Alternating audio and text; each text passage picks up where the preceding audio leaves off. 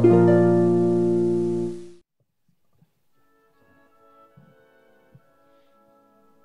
akan menghitung mundur.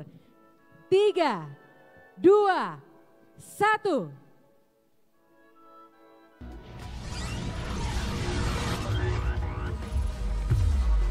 Bismillahirrahmanirrahim. Assalamualaikum warahmatullahi wabarakatuh. Selamat pagi, salam sejahtera bagi kita semuanya. Shalom, Om Swastiastu, Namo Buddhaya, salam kebajikan. Saya sudah sering menyampaikan dan bolak-balik saya sampaikan terus bahwa negara kita ini memiliki kesempatan, memiliki peluang untuk menjadi negara maju. Diprediksi dengan hitung-hitungan, diprediksi dengan kalkulasi-kalkulasi baik GDP, baik income per kapitanya, dihitung. Peluangnya besar kita akan menjadi negara maju. Oleh sebab itu, 15-20 tahun ke depan ini menjadi sebuah periode yang krusial. Karena puncak bonus demografi itu berada di tahun 2030-an. Semuanya harus mengerti dulu masalah ini. Puncak bonus demografi itu ada di tahun-tahun 2030-an. Dan 68% dari penduduk kita berada di usia produktif. Ini kesempatan besar. Dan peluang itu biasanya hanya terjadi sekali dalam peradaban sebuah negara. Tidak muncul 2 kali, apalagi 3 kali. Kalau kita bisa menggunakan peluang ini, kita akan melesat masuk ke negara maju. Tapi kalau tidak, mohon maaf, negara-negara di Amerika Latin, itu tahun 50, tahun 60, tahun 70 sudah menjadi negara berkembang. Tetapi karena tidak bisa menggunakan peluang yang ada, sampai saat ini juga tetap menjadi negara berkembang. Ini tidak boleh terjadi dengan negara kita Indonesia. Setuju? Dan kesehatan menjadi hal yang sangat penting. Kunci. Sangat fundamental. Seperti tadi disampaikan Pak Menkes, pinter, tapi enggak sehat mau apa? Jangan ditepuki, enggak sehat kok. Dan Bapak Ibu semuanya yang hadir pagi hari ini memiliki peran yang sangat signifikan untuk mencapai sebuah masyarakat yang sehat bagi Indonesia maju, bagi Indonesia emas. Dan peluang itu jangan dibiarkan hilang sia-sia. Karena kita tahu kita masih punya PR besar. Stunting. Ya, sudah turun. Dari 10 tahun yang lalu 37,6. Turun kemarin akhir tahun di 21,5%. Sudah turun hampir separuh. Tapi harusnya kita mencapai paling tidak tahun ini 14%. Tapi saya hitung-hitung, ternyata juga enggak mudah. Tapi enggak tahu kalau dalam kesempatan setahun ini bisa kita capai 14%. Karena ini pekerjaan yang harus terintegrasi.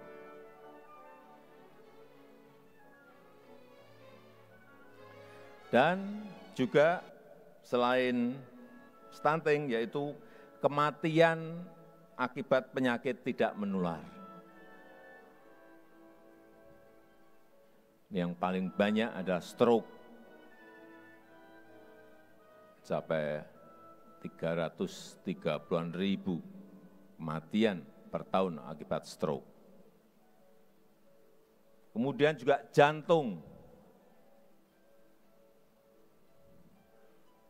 kira-kira 300.000 kematian akibat penyakit jantung di negara kita, nomor 2. Dan yang ketiga, kanker.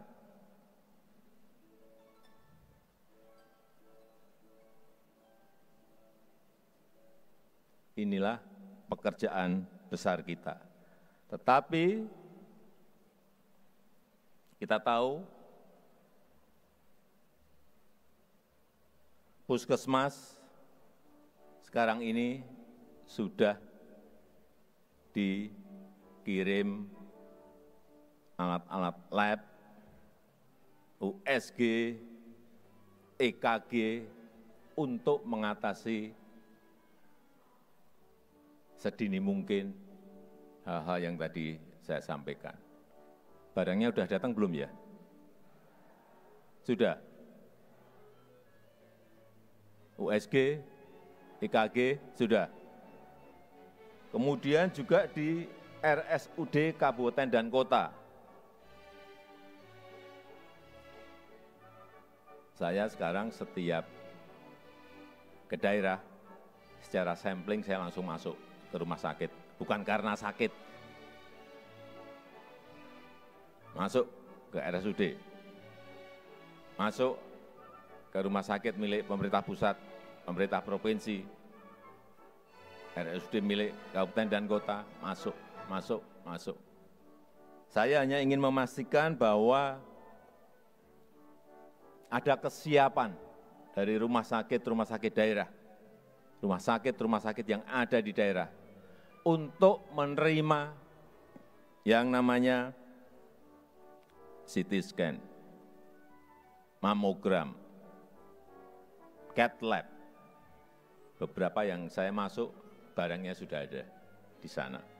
Tapi saya lihat ruangannya kadang-kadang belum pendukung. Alatnya puluhan miliar, ruangannya apa ya? Ruangannya kurang bagus lah gitu. Mestinya ruangannya bagus karena alatnya super bagus, super modern.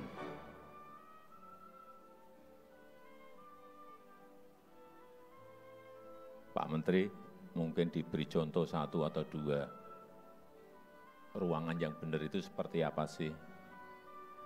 Nanti direktur rumah sakit ngelihat, oh ternyata yang benar seperti ini, yang bagus seperti ini. Dan juga RSUD di provinsi yang saya lihat juga sudah dikirim Linax,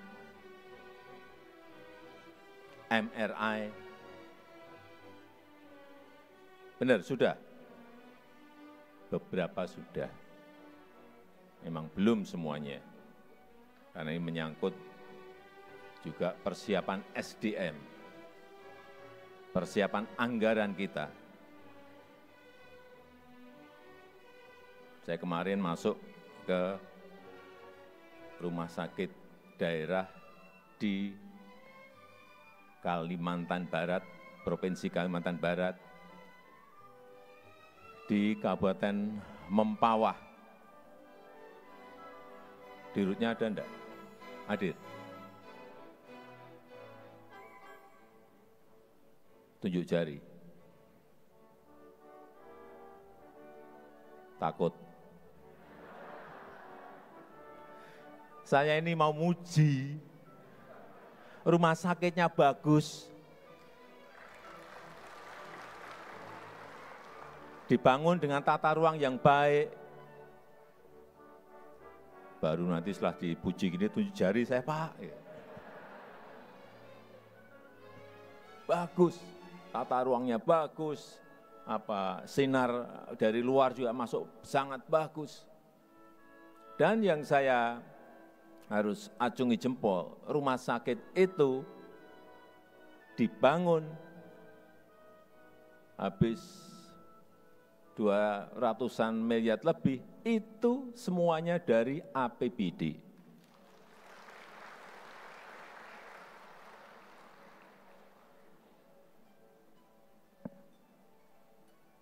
Rumah sakitnya kalau enggak keliru, rumah sakit Rubini.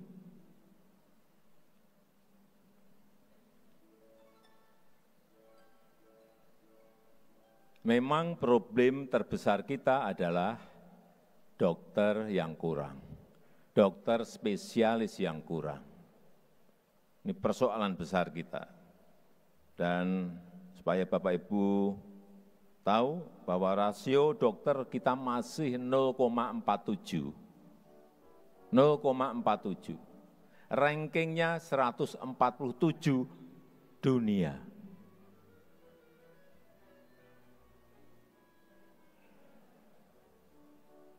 Rankingnya seperti itu. Kita harus tahu.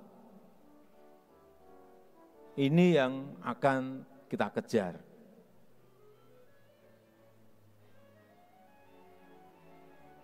Oleh sebab itu perlu yang namanya rencana pembangunan jangka panjang. Rencana pembangunan jangka menengah di bidang kesehatan. Kenapa Bapeda kita hadirkan? Supaya ini nanti sambung semuanya. Ada rencana pembangunan jangka panjang, rencana pembangunan jangka menengah, ada rencana induk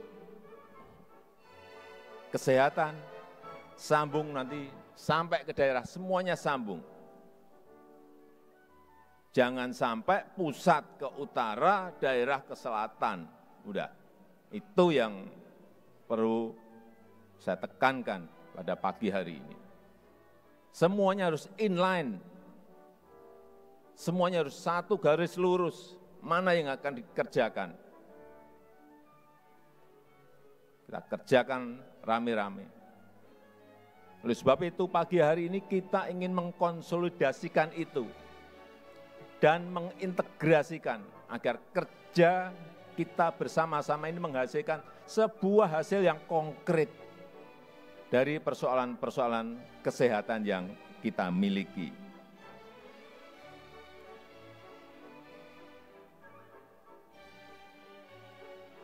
Rencana induk bidang kesehatan akan selesai kapan, Pak Menkes?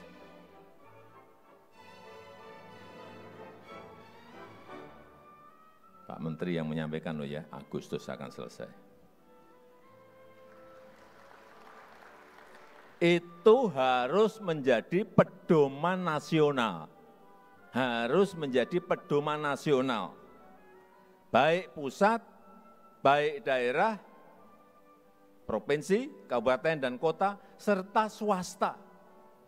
Semuanya harus sinkron, semuanya harus inline, semuanya harus seirama.